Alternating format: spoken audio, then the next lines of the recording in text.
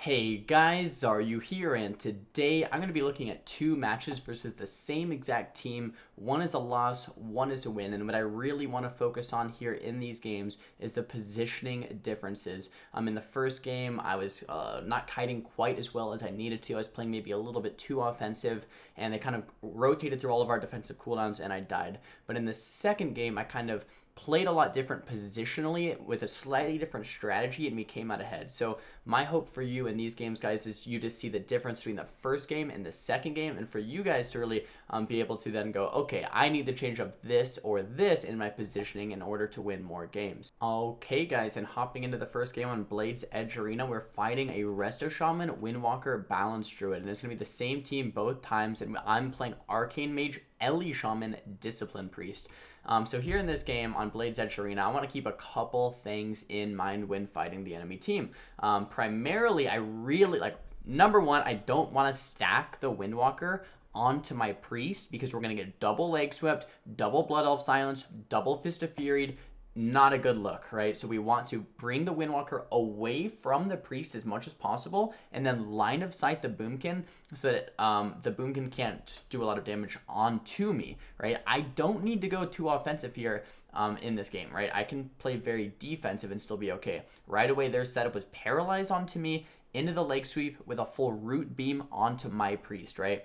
Right away, I should be able to just trinket wall this, throw out the temp shield as well, and I should be okay. The Serenity, Fist of Fury does come out, but with both of my invisibilities, my temp shield, and my trinket wall, it looks like we're going to be able to survive this. Now I'm pushing in, getting some damage on to the enemy team, and so far in this game, I don't really mind it, right? We survived the opener, just using 2-minute cooldowns, not that big of a deal, and I'm playing very far away. I actually like this positioning, but the Boomkin is still in line of sight. Now, I use my displays kind of before they go. This Monk is trying to catch up to me, and I'm playing very close to my Priest. And I think playing even this close is probably a mistake. Right now, I need to be down below, making large circles around the map. I'm a little bit too close to my Priest, not giving myself quite enough distance to kite. Right away, the Priest gets paralyzed, and I blink away from the Monk. So this is actually a great play right now, right? Because he obviously wanted the Fist of Fury stun me or leg sweep me, but I'm just blinking away and completely negated this go.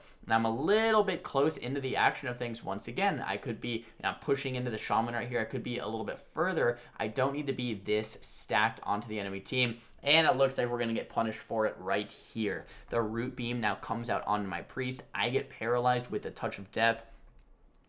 This is not good. Immediately, I know it's either going to be the trinket for my Priest into the pain sup or my ice block, right? Because, I mean, this is a full setup. Not really much else we can do. The full moon being casted and the touch of death about to go off. The leg sweep on my Shaman, the beam on my Priest. Let's just go ahead and throw out the ice block. There is the ice block. So once again, I mean, the ice block had to happen, right? So that's okay. The problem was before the ice block, we really should have not pushed in so much, right? If we were playing downstairs, making big laps, making a lot more distance in between the Druid and I, or just run away from my Priest a little bit more to separate the Windwalker from my Priest and my Shaman.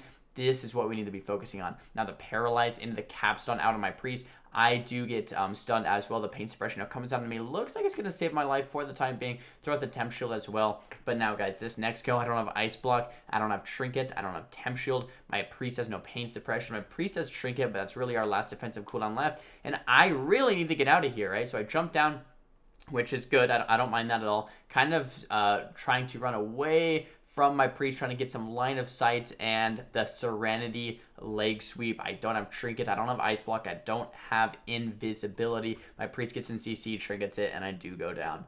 So this game wasn't played terribly, right? The Windwalker wasn't really stacked to my Priest too much, and I did an okay job of kiting the Moonkin. However, I think the big problem was when we were okay, what I need to do is just book it. I need to get out of town. I need to go 50 yards away, make my Ellie Shaman really just rot them down with that Ellie Shaman pressure, make sure I am not a kill option at all, only come back in once they start hitting my Ellie Shaman, and really just kind of pressure them down, because we will eventually get a kill from a huge burst setup or from just dampening kicking in and the Ellie Shaman doing some magic. All right, guys, Dalaran Arena versus the same exact team, Resto Shaman, Windwalker, Boomkin Druid. I just want to say real quick, this map is probably a little bit easier for us, so I'm going to do a similar strategy, but really, really focus on line of sighting the Moonkin and really focus on kiting as best as I can. So right away, the Druid's onto my focus target. Really just don't want him to get too many cast off. I try to pre-temp shield to go and it gets purged immediately. So that is really bad.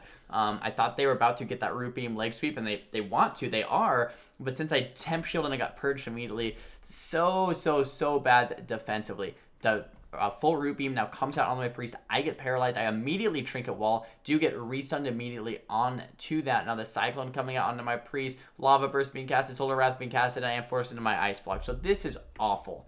This is awful. I trinket walled and had to go into that ice block because they purged the temp shield and the shaman got some damage out and the druid got some damage out. Bad opener. Got that invis though, kiting the monk, and I'm really now focused. I don't have anything, right? I have to survive. We do want to turn the pressure around a little bit. That incarnation fades from the druid in about 2 or 3 seconds. So once that incarnation's over, we should be able to get something going on. But the karma now comes out from BSX, throwing out some polymorphs onto him. The cyclone being casted and fate casted. Looks like he does get it off onto me. The life grip. Gex brings me to the pillar, but now I'm sitting this full cyclone. Trying to do my best job of kiting. Don't want to stack the Windwalker next to my priest, so I'm trying to get out of there, and I really just need to get some distance, right? If I can get some distance and make it basically impossible for them to go, then that's kind of, what we're aiming for. And this, screen cap right here is really what we want it to look like, right? Priest is way over here. Moonkin is here. Windwalker's here. I am 50 yards away, right? I can still receive healing through atonement, something like that. But if I'm this far away, I am actually going to be able to make it so the enemy team can't get their go off quite as fast, right? So if I am just completely out of dodge, my Ellie Shaman can rot them down with his pressure, and I make myself not even a kill option. That's really what we're looking for. Once again, guys, same setup. I'm paralyzed. Priest is root beamed. They do this setup over and over again. The leg sweep now comes out onto me. My priest is forced to trinket and pain step me, and I do survive there. The serenity comes out from the monk as well. Looks like we're going to survive, though. Throw out the mass invisibility. Gex in that cyclone. The recyclone's coming out. He's trying to get some fake cast. Doesn't look like he's going to get it. He does cyclone me instead, though. And I don't have trinket. I don't have ice block, and I don't have temp shield, and my priest has no trinket or pain sub. So this next go is really essentially when they should win the game. So we have to do a great job of making sure this next go, I'm full HP. I have pre-shields. I am kiting preemptively. I can maybe pre-temp shield the go.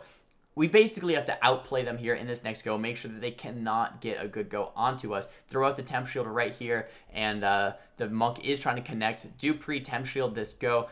My priest is cycloned. They do connect, but it doesn't look like they're getting much pressure out onto me. The full moon being casted, blink it, and once again, this is a situation that I like, guys. I'm almost full HP. I have shields, have that atonement. Priest can still heal me. I'm 50 yards away from the action. Okay, the monk can't really connect to me quite yet. The druid has nothing to do with me, and I'm really just playing very far. This is very nice. Once again, don't really need to push in too offensively. Do get Blood of Silence. My priest is cyclone. Don't want to stack the monk on my priest, though, so I'm turning the other direction.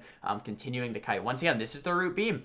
I'm completely running away. I pre-wall, greater invis, aka wall on their go, and I'm just running as far as possible. Kite back. This monk can't hit me. Blink back. Once again, just blinking back and forth. This is the go we need to survive. Now I have trinket up for the next go. Kind of survived that root beam without having to use any defensive cooldown. So that's what we need to aim for more often. That last go was perfect. Having said that, though, the monk should have paralyzed me to catch up to me and then really just set the go nice and clean, but we did manage to live that. And now the shaman is the kill target here. Tons of arcane missiles in the air. That war stomp and the stun. Boom, 100-0. Just like I said, guys, if we live long enough, we are going to eventually get a crazy kill like that, or into dampening. We'll just dampen them because we are winning on mana as well. And we just, we have an Ellie Shaman, so that spread pressure is going to be incredible. So there's the win, right? I'm going to be honest with you guys, this is a matchup that's very, very difficult. Even if we play very well and the enemy team does perfect setups, they can still definitely win pretty much every game. That's not the point of this video. The point of this video, guys, is to play as well as you guys can positionally as far as kiting in circles, right? As far as making yourself not a viable kill option. I played much differently in game number 2 than I did in game number 1, and it paid off in the game. Guys, if you enjoyed this video and you learned something about positioning, maybe Arcane Major, maybe any class you're playing, make sure to give it a big thumbs up. If you like this formatting where we go over a loss and a win versus the same team, also make sure to give the video a thumbs up. Guys, thumbs video down if you didn't like it. Talk to me in the comments below about what you guys want to see for next time, and don't forget to subscribe. I'll see you guys next time. Peace.